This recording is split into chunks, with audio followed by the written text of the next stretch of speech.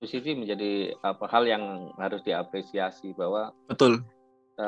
Tidak semua mahasiswa mereka sudah mulai merintis pengalamannya di dunia profesional sebagai apapun itu pasti berarti. Nah, kalau terkait dengan pengalaman dulu waktu kuliah selain menjalani kuliah ono gak Mas kalau disampaikan nih?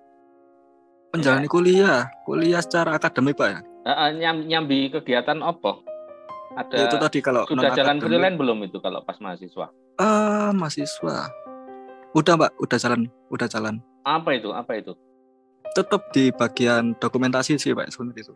Dokumentasi acara. Nah, kebetulan waktu itu alhamdulillah ada masuk project. Lumayan sih Pak, lumayan lah buat beli jajan gitu. Ya ceritalah. Project apa, nilai projectnya berapa boleh dong? Wah jangan Pak, kalau nilainya Pak. Ya satu digit masih satu digit alhamdulillah, tapi itu cukup. Itu penempatan di Sidoarjo, pembangunan gudang JNT di Sidoarjo. Itu peletakan batu pertama. Itu saya yang dokumentasi sama anak-anak juga sih itu. Oh ke tim ya, sama Dio kah? Iya Pak. Ya awalnya Dio saya sendiri suka terus foto-foto dia kan. Iya. Sempat jalan juga dia sama timnya juga sendiri. Itu aslinya aku sendiri Pak, tapi karena dilihat load kerjanya yang banyak, jadi harus ada tim. Nah, ini kan juga menarik lah diteruskan kan. Nah, konon katanya mahasiswa Polinema itu tugasnya wakeh Mas kan. Tugasnya banyak, habis itu kuliah ya kayak gitulah, mau mepet wejer pagi sampai sore kayak SMA lah gitu malam. Kan. Wes padet lah jadwalnya katanya repot banget lah rek Polinema itu. Lah sampean kok sempet itu ya opo? Sementara kalau saya lihat dari pembicaraan ya gak buru-buru cari modal nikah, tapi kok sudi dan membangun itu buat apa waktu itu? Ya yang pertama emang dari awal saya mau kerja di dunia kreatif. Jadi itu yang pertama buat portofolio aja Pak, buat portofolio. Kemudian yang kedua ya emang buat tambahan uang jajan. Terus yang ketiga ya coba sih kayak teamwork sebenarnya kalau punya proyek gede itu kayak gimana nanti rasanya kayak gimana gitu. Anda mulai di semester berapa waktu itu? Iya di semester 7 kalau nggak salah Pak. 7. Iya 7. Wes, pas tuwek-tuwek padahal ya, pas Iya Pak. Iya, kuliahnya lagi berat-beratnya, lagi padat-padatnya. Dan beban tugasnya menuntut dedikasi yang lebih lah ya. Iya.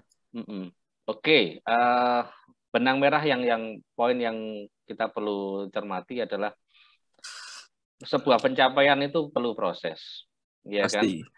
Kemudian membangun reputasi itu perlu portofolio. Jadi ini salah satu contoh bagaimana kakakmu, Mas Rizal ini mencoba merintis itu sejak kuliah gitu. Dan bagi seorang mahasiswa Polinema ternyata bisa gitu loh. Oh semuanya bisa Pak, nggak Polinema aja. Gitu. Di antara bisa sama ada niat Pak. Nah itu kan juga ada tambahan dari Maul tuh.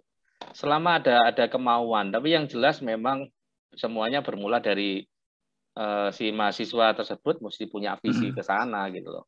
Bahwa setiap pencapaian bukan instan tapi ada proses menuju ke sana. Ya, jadi apa ya gunanya kuliah itu buat membuka pikiran lebih luas sih Pak. Kayak mungkin ya karena kalau masalah ngomong materi kan banyak di YouTube, tapi kalau masalah mungkin komunikasi dengan orang lain terus membukakan jalan pikiran antara interaksi dosen dengan mahasiswa itu bagus banget itu sebenarnya.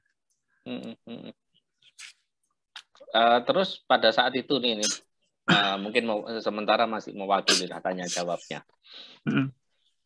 Sampai masih newbie pada saat itu. Ya, gimana caramu menawarkan jasamu waktu itu? Kok terus ada orang yang percaya, itu prosesmu gimana yang Anda jalani dulu, Mas?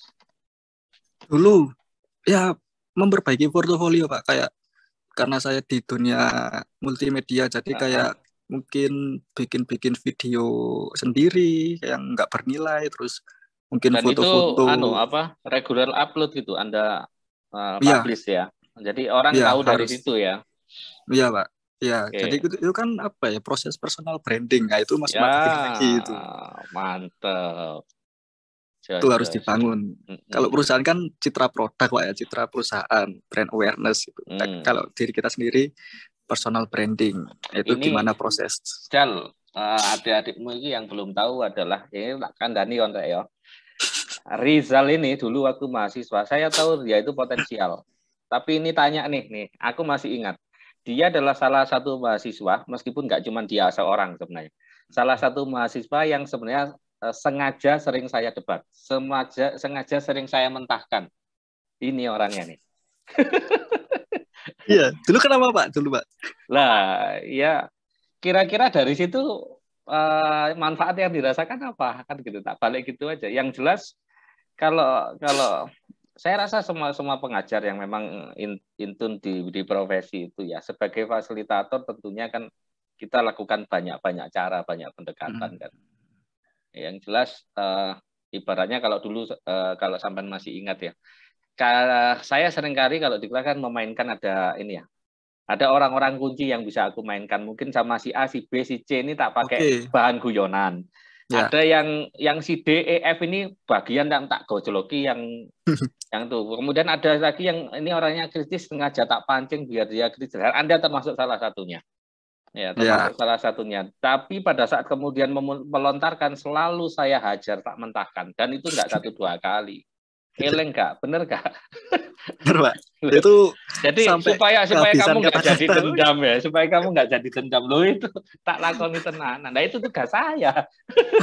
Pengukuhan mental sejak dini ya. Iya, aduh mental banget sih itu.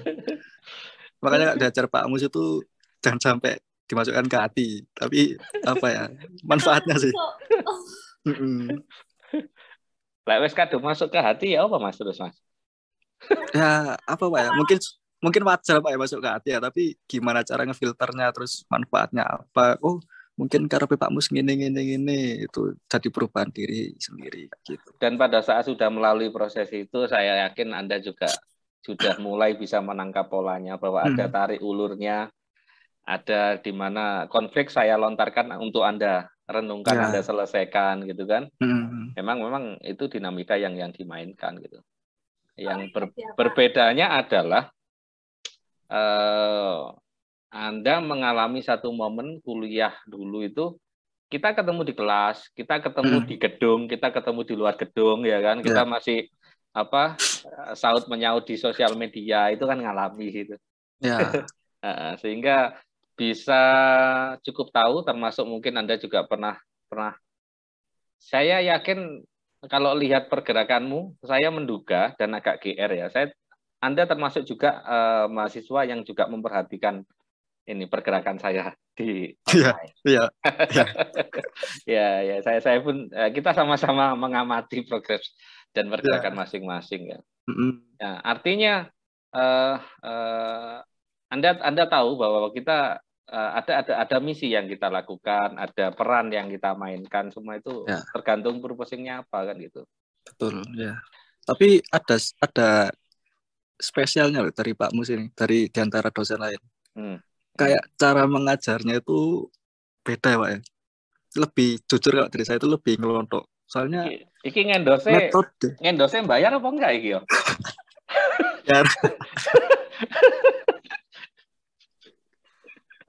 Biar ini sih Pak, apa ya, metode natural aja.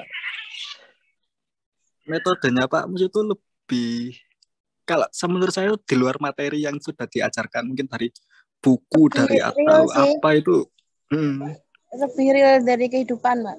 Jadi nggak terpaku dari materi. Betul, kayak dari apa ya, dari isu-isu sekitar lah gitu. Jadi kayak misalnya yang pernah saya ingat itu apa ya, tentang citra brand kalau nggak salah. Jadi Pak Mus itu gambarin pizza, terus obat. Nah, pizza itu yang pernah kamu ingat, pizza merek apa, obat merek apa, itu jadi apa ya, itu nggak ada sih kalau menurut saya, dari dosen lain itu nggak ada. Ya konsep analogi otak pisah hati waktu itu. Oh ya gitu. itu lebih saya ingat sih Pak materi-materinya itu. Ya. Dan alhamdulillah sampai kepake sekarang. Ada nanti tautannya tak pasang di deskripsi video ini nanti Mas. Tagline-nya ya Pak. Iya, terima kasih. Ya, Pak. Saya selalu apapun respon atau feedback dari mahasiswa atau alumni, saya selalu bilang terima kasih ya. Apapun pemaknaan mereka. Jadi namanya pembelajaran itu efeknya kita nggak tahu sampai kapan. Betul. Ya, itulah kenapa sebenarnya bagi yang menyadari itu setiap fasilitator, setiap pendidik semestinya betul-betul memastikan bahwa atau mengupayakan lah setidaknya ya, mengupayakan apa itu metodenya, apa itu kontennya memang betul-betul at least bisa dipertanggungjawabkan, kemudian mengupayakan capaian yang semestinya, meskipun saya selalu bilang kalau masih ingat ya Mas ya, saya tidak pernah menggaransi, pada saat saya ngajar, selain ada Anda ketemu saya sama tidak ketemu saya, insya Allah ada bedanya. Cuman itu aja garansi saya. Ya, masih Pak, ingat ya. Bener banget Pak, itu saya ingat Pak Mus bilang gitu di depan AB. Mosok. Ya.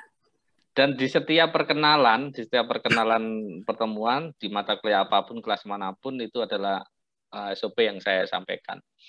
Jadi karena itu bagi saya ya sama seperti inilah. Apapun bentuknya, apapun bungkusnya, hari ini atau malam ini kita sharing, sebenarnya lebih pada saya ngajak sampean otomatis juga punya bayangan bahwa kita akan dapat manfaat tuh dari sharing ini. Pasti. Dan ya, saya aja. Iya, dan saya yakin nggak hanya dari Rizal tapi juga bisa dari teman-teman yang lain nanti. Gitu.